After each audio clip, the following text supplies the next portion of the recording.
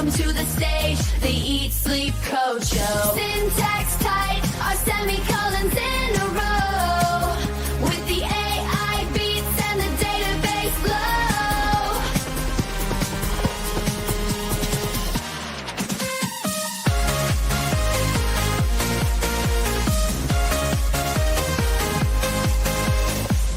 Grab your gear, hit compile and let's go. We're breaking walls in our virtual chateau. With every line we write, our universe will grow. Welcome to the grid where the brave dare to code. Eat, sleep, code. Let the systems overload. Sending signals in the neon afterglow.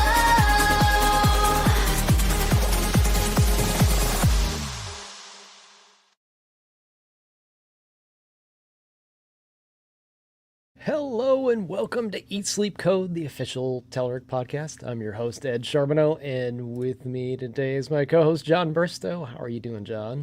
I'm good. The coffee's kicking in. I feel like dancing. So there you go. The coffee's kicking in, and I am winding my day down.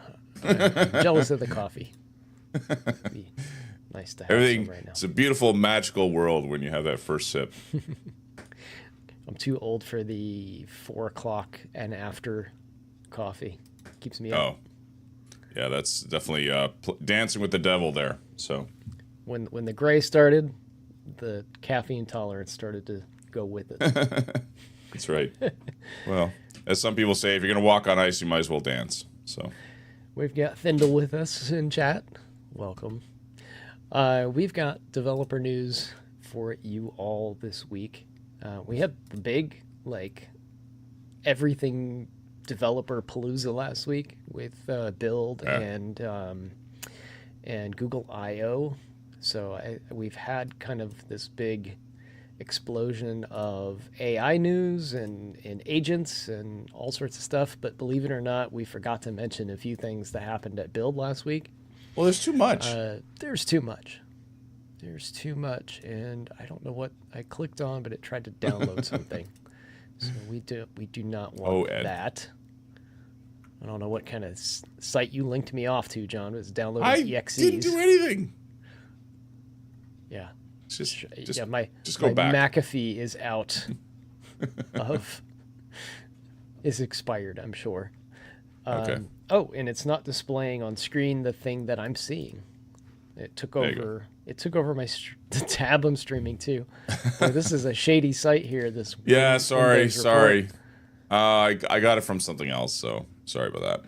Okay, I do not recommend visiting this site, but we'll go over the Yeah. news we just found here. Okay. Microsoft open sources Linux subsystem for Windows at Build. Matter of fact, I'm going to see if I can find this on another blog, just so Yeah, we please. can get rid of the shady tab that is trying to download exes to my system. And I'll let you talk about that for a minute while I go hunt down the file and delete it. All right.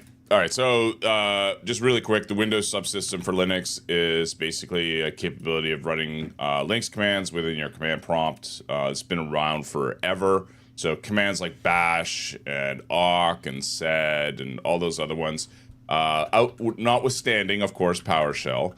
A lot of users wanted to run scripts, etc., through this subsystem. It is now open source, and so Microsoft announced this at Build. I somehow missed this. So there you go. But you can now run your commands and then check the source code against them using this new repository that's now available to us. This announcement came. I don't think it came during the same session, but it came around the same time period of the day that they announced the Copilot being open sourced as well. So it might have got overshadowed by that a little bit, but I did catch a little bit of this news. But there's just so much to cover last week, we didn't get to talk about any of it. Yeah, Thindle, it was at the opening keynote. I think it was within the opening keynote time frame. They were talking about the Copilot thing too. So they just spewed out a bunch of stuff. And then we started getting cameos from weird things like Elon Musk. And yeah, that was a thing. So we've got that open sourced. This was also from Build, and it kind of got glossed over, and I think it's really cool. I don't know if you saw this one, John, but I did. there is now a .NET Run that can run any CS file instead of like compiling this down to an exe and putting it in a malware site and delivering it via the stream like we did a few minutes ago. You can run executables right from the command line. So, nice callback, huh? This is kind of like the way you could do things in Python. I'm trying to think, like, you can kind of do this with PowerShell as well, right? PowerShells are... you can do this with a lot of tools. Yeah, you can do this with a lot of tools. So basically, this is leveraging a feature that's in .NET 10 Preview 4. This sort of simplified execution scenario, but basically, without having to set up a whole CS proj file, you can just basically fire this at a CS file. Of course, you can do this with any sort of REPL. If you want. Oh, Thindle is just bright. I wasn't even looking at the comments, and Thindle's already pointed out the fact that you can do REPLs with this. So, yeah, I mentioned the PowerShell because I believe it's not. It is .NET based, right? It gets compiled down to Missile code, MSIL, if I'm not mistaken. Is that correct? Might need to fact check myself on that one, but I'm surprised we didn't get this earlier is kind of what I was commenting to. But this is really cool. I could see this being a very useful thing, especially if you're building like agents and command line tools and all of that type of stuff. Just being able to run a single file without all of the baggage is pretty neat. Yes, PowerShell is a .NET application. Thank you, Code with Sean. I thought I was right about that. It's part of the .NET family, PowerShell. Yeah, the source code I think is up on GitHub as well for PowerShell. Very cool.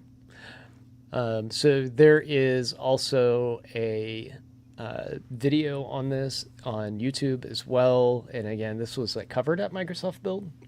I love the screen grabs that everyone grabs, like, who, me? Sort of thing, Damien. And it's either that or the fish was this big, so. I think I'm pretty sure I still have the big, the epic one we took of Burke Holland, where he's like, looks like he's just like parting the Red Sea or something. He's got his hands up. Yep. Burke's good friend of the team here. Used to be part of the Telerik and Progress team. The tribe, yep. Now he's over at Microsoft, killing it on Visual Studio Code. Connecting to private NuGet feeds just got easier. So this is also probably out of build, huh? This is streamlining the authentication experience, getting connected to feeds. So having private NuGet feeds is not only helpful within your own organization, but this is something that we use as well for all of our Progress / Telerik / Kendo. Well, I guess Kendo's up on NPM more than it is NuGet, but you get the point. We have private repositories for our products. Just easier for us to manage that way. So this is an announcement talking about how it's gotten easier to manage these from the user perspective, being able to log into them if they require authentication and that sort of thing.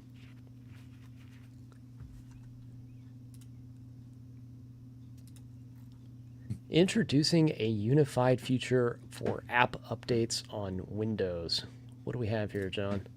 All right, so this is something that I've wanted forever, and I don't know why it took so long to do this. So up on the Windows IT blog, Angie wrote about how we are moving to a world where the Windows Update process it's a whole orchestration process. So basically the way that Windows Update works is, changes have to be approved, etc. They go up and they get basically deployed across the billions of Windows devices, etc. And what they're trying to do now is have a way of unifying and streamlining the update process for all applications on Windows. Now, one thing that Angie had to clarify here is that if you're getting your apps through the Windows Store, they recommend still doing that. So they're not trying to update that, but rather, oftentimes, like, people want to be able to get their app updates out, and there should be a mechanism within Windows Update to do this because it provides the infrastructure for doing this. And so what they're looking to do is make this available so that developers can integrate their applications into the Windows Update system. And then from there, that allows their updates to be managed alongside standard Windows updates. And so you can have sort of like the equivalent of Patch Tuesday for everything. What this does, it gives you much better scheduling of updates for IT or environments. You get centralized notifications and history, which is great. You can obviously you can do a policy around this. You get administrative controls around this. So IT admins can obviously set policies. And then you get huge support across the board. So this is not just Win32 apps. This can also include MSIX installers, AppX installers, etc. So the goal here is to provide a unified platform for providing these updates. I don't know why it took so long for Microsoft to do this. I have been screaming since, I think, the early days where I was working at Microsoft. I was asking the question, why are we not providing this mechanism? So I'm really, really happy that this is something that is going to be coming soon. So this actually kind of surprises me a little bit because I think what a lot of the big software vendors had hoped to do, and when I say big, I mean like the big guys like Apple, Google, Microsoft, is they wanted to mimic the store experience from mobile platforms, so Android and iOS mainly, and that would have solved this issue, I believe. But not everyone ships it, especially in the Windows ecosystem. Not a lot of people ship through the store. A lot of systems. That's the point. Yeah. So people are still not big on the Windows Store, apparently, or this may not have been a thing, right? Well, is that something that we could kind of get to from this announcement? Is like the Windows Store might not be as popular as they had hoped? No, I think if you're going to continue using Windows Store, that's a consumer solution. I think there's nothing wrong with that solution. I think it's going to continue to be. I have no crystal ball here, so who knows? I think that's a well understand process, etc. There's a lot of infrastructure around that for app updates, etc., for validation, etc. What this is talking about is more about like all that stuff that typically happens in an IT environment where folks have to go to X or Y site.com and find updates, deploy them, validate them, etc. And meanwhile, sitting here is this infrastructure for doing all of this, which has policy built around it, which has like a structured schedule that IT admins understand, yada, yada, yada. There's policy, there's all kinds of stuff. And yet no one can use it except for Microsoft. And I think that by, in a sense, opening it up to that orchestration, opening it up to developers, I think is a huge win because it's going to make it available to folks who want to get updates out. Yeah, if you've never been on the corporate IT side of the fence, like, you probably don't know how difficult managing apps really is. It's a huge undertaking to make sure that you've got, things like, obviously virus is curbed, but also like piracy within a corporate organization is a problem. You don't want people bringing in apps that aren't licensed. You can get in a lot of trouble for that. And just basically maintaining all of that ecosystem is quite an undertaking.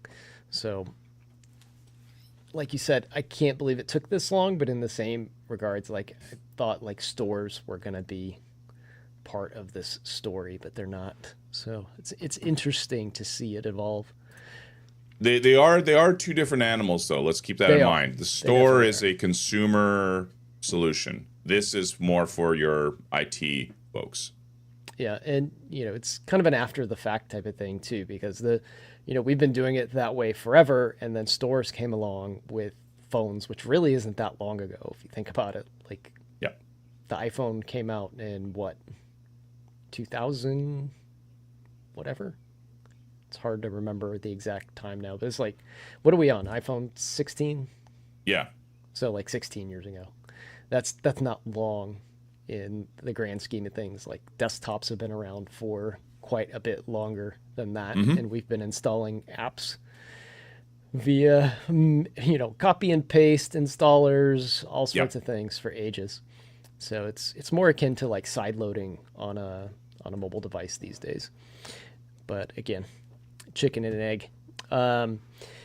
So we talked about all of the AI agent stuff that was announced at Microsoft Build, and there wasn't a lot of talk on like what frameworks are out there and how you can access these things today. So I did a quick look to see what frameworks were out there for using AI agents. So I found this nice top 7 Python frameworks article, and it outlined some of the frameworks that you can just jump in and grab and start using. So I've mentioned LangChain a few times on the show. I've never used it myself, but I've read a lot about it. It seems interesting. It's one of the more popular ways to use a Python library for AI. There's also Microsoft AutoGen, which is an open source framework as well. So I know it says Microsoft in front of it, and Microsoft has that old stigma of being closed source. This is an open source thing. I know, believe it, John, in 2025, Microsoft actually is open source. People still, to this day, are like, there's no justification for that. Microsoft is probably one of the one of the biggest contributors to open source on the planet. I realize that. I'm just saying, like, there's still people that think the other way. So this one, actually, if we click through to the GitHub page, there's a couple different things in here. There is the web browser agent. Here we go. You've got apps, frameworks, extensions. There's also a studio, and you can spin all that up from the bits here on their GitHub page. So you've got AutoGen Studio, Nice. no code GUI for building agents, Bench for benchmarking. There's a whole lot of stuff in here, tools and whatnot. And there is .NET in Python source code as well. And, I do a lot of Blazor stuff, Yes. so I thought this was interesting. The WASM 2.0 specification has been completed. Oh, So this is a draft that was now completed and finished, and it comes with some new instructions and things to bring up the amount of instructions that WebAssembly can take and execute. So we're looking for WebAssembly to evolve. It's gotten pretty popular, and we'll have to wait and see how this affects things that we're using, like Blazor and whatnot.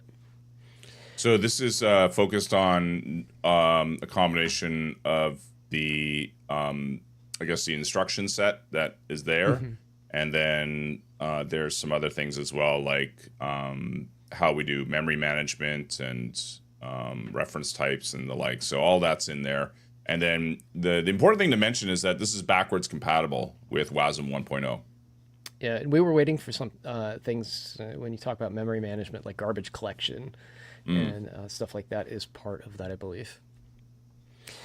This one just dropped. This was really, really hot stuff that just came out yesterday afternoon. So hence the 528 there. It's actually the 28th of this month.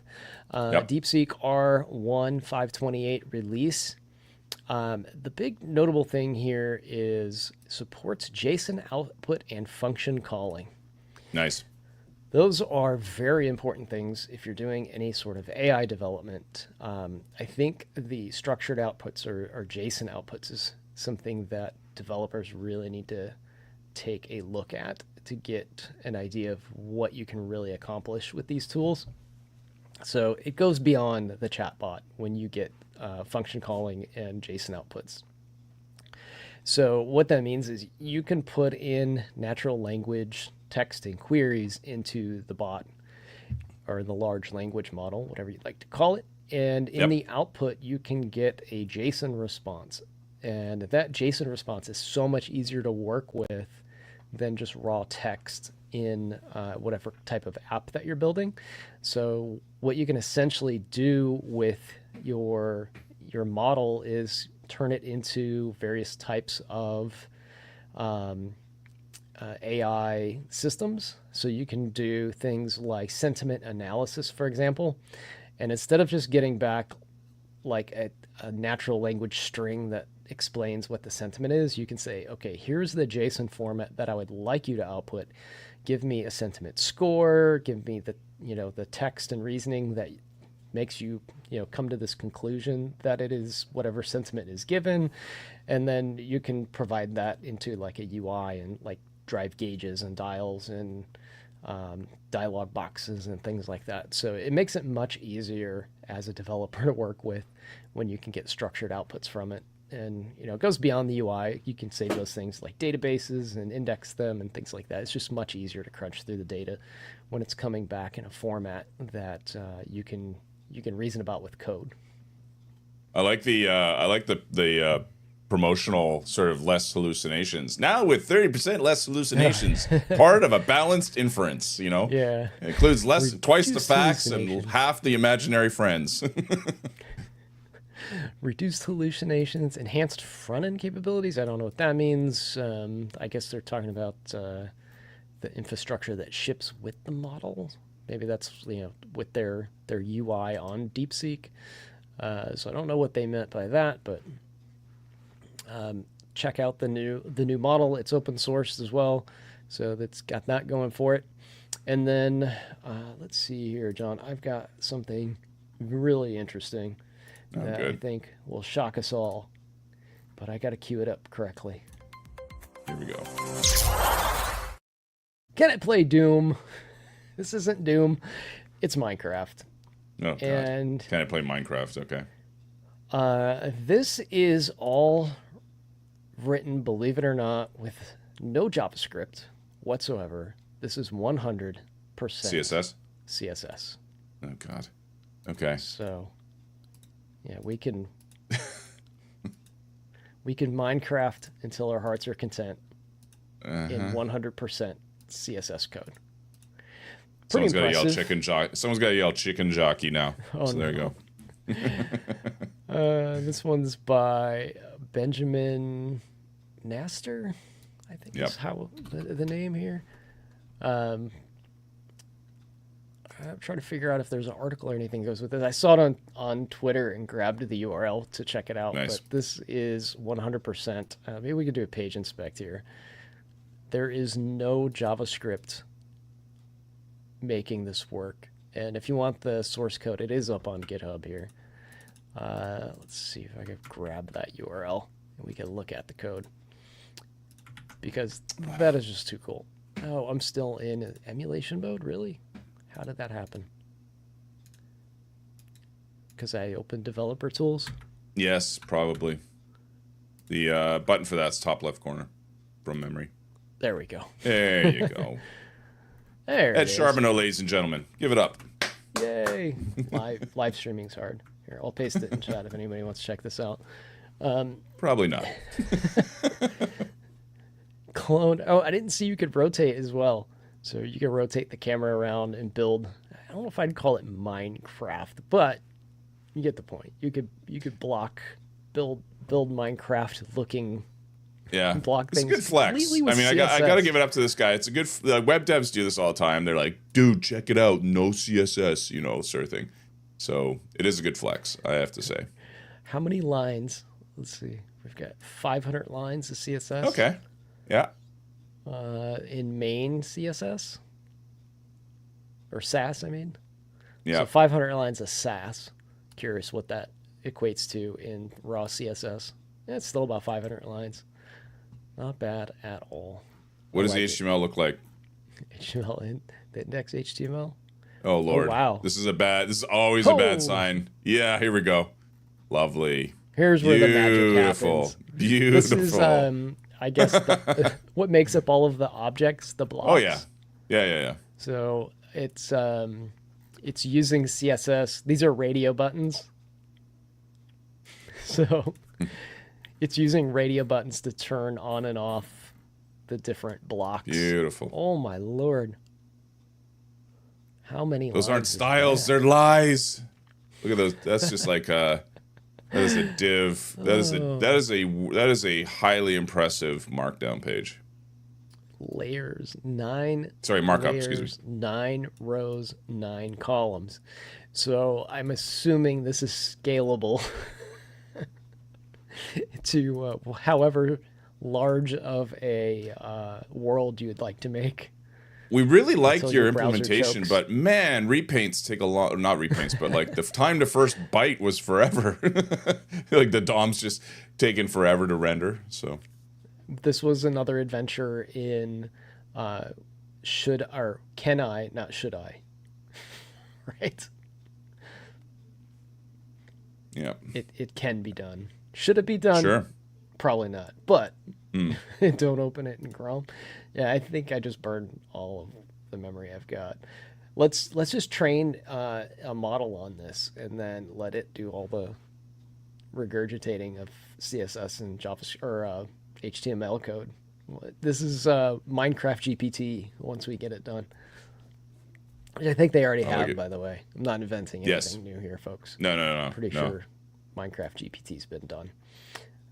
All right, John. That's all I've got this week. A little Very bit good. slower news cycle because of all the big events that just ended last week. So if you want to see what happened last week, the show is up on YouTube. And we covered Build and Google I/O, and then I think WWDC is coming. What next? Have you seen the there you go. pre-announcements of this yet? I stopped caring after a while. Just give me the new phone or whatever it is. Just tell me what it is. That's innovative or revolutionary or reimagined. All right, just give it to So, me. yeah. Have a bunch of people wooing in the front row again. Although no, actually, Apple's gotten away from that. To be honest, a lot of their keynotes now are like highly produced. So they go into the Apple headquarters donut, whatever you call it, and then they have these highly produced sort of demos now, which I think takes a little bit of the zhuzh away from the demo. Always like seeing a random demo failure from time to time. I'll mention it show it since I mentioned it. The rumor is that they're like re-leveling all of the versions of everything for some reason. Okay. So, and it's really weird because they chose the number 26, and I don't know where the number 26 comes from, but according to the news outlets, they're going to reversion everything at 26. We'll have iOS, iPadOS, Mac OS, watchOS, tvOS, and visionOS 26. So I don't know if they're trying to unify all the operating systems or what, and maybe this won't take place until next year, because that would make 26 make sense. So what was the last version? Like Like 18 or 19, if I remember correctly. I think 19 was the last version. So I think the Yeah, running joke 19. is like we should get 7 releases worth of updates for this next version, right? Yeah. That's the theory. So it should be 15 for iOS and iPadOS, and then macOS is 15. And then, like I said, the only way this would make sense is if they're pulling them all together somehow into Okay. one OS and releasing. This is 2016 or 2026. So they're going Calver. They're going with Calver. Here we go. Yeah. And then That's what we did. We just decided. So at Octopus, we went with Calver because it's just easier. This is the 2025.2 release. I think Calver is good. It puts a point in time when it was shipped. You don't have to go hunting up on Wikipedia. When was 19 released? When was 18 released? Etc. Calver works. Yeah, that's the only thing I can see making sense though. as Yeah. if they're bringing all this together Sure. into the next year's release, and then they're all going to merge eventually or something, or as much as possible. Maybe we see some of them going away. I don't know. Not a Mac developer, so I can't tell you how realistic that would be. But Yeah, there you go. hey, we'll see. We'll find out soon, right? This is June 9th, folks. Yeah, I really don't fans out care there. about this. I'm not a Mac guy either. I'm trying to keep an open mind, John. Trying, Okay. but we'll talk about it when it happens. Sounds All like right, a good folks. plan there. We will catch you next week on another Eat Sleep Code. Until then, give us a visit at Telerik.com. We've got some webinars coming up next week, release webinars. So just jump over to Telerik.com, click on the yellow banner for the webinar release if you want to join us for that as well. Nice. Any parting words, John? I think we'll be up to episode 2006 next week, right? So we're gonna follow the same naming pattern as Apple. So let's do that. Yeah, everything's 26 now. All right. Take care, everybody. Thanks for joining us on the show, and we'll see you next week. Bye-bye.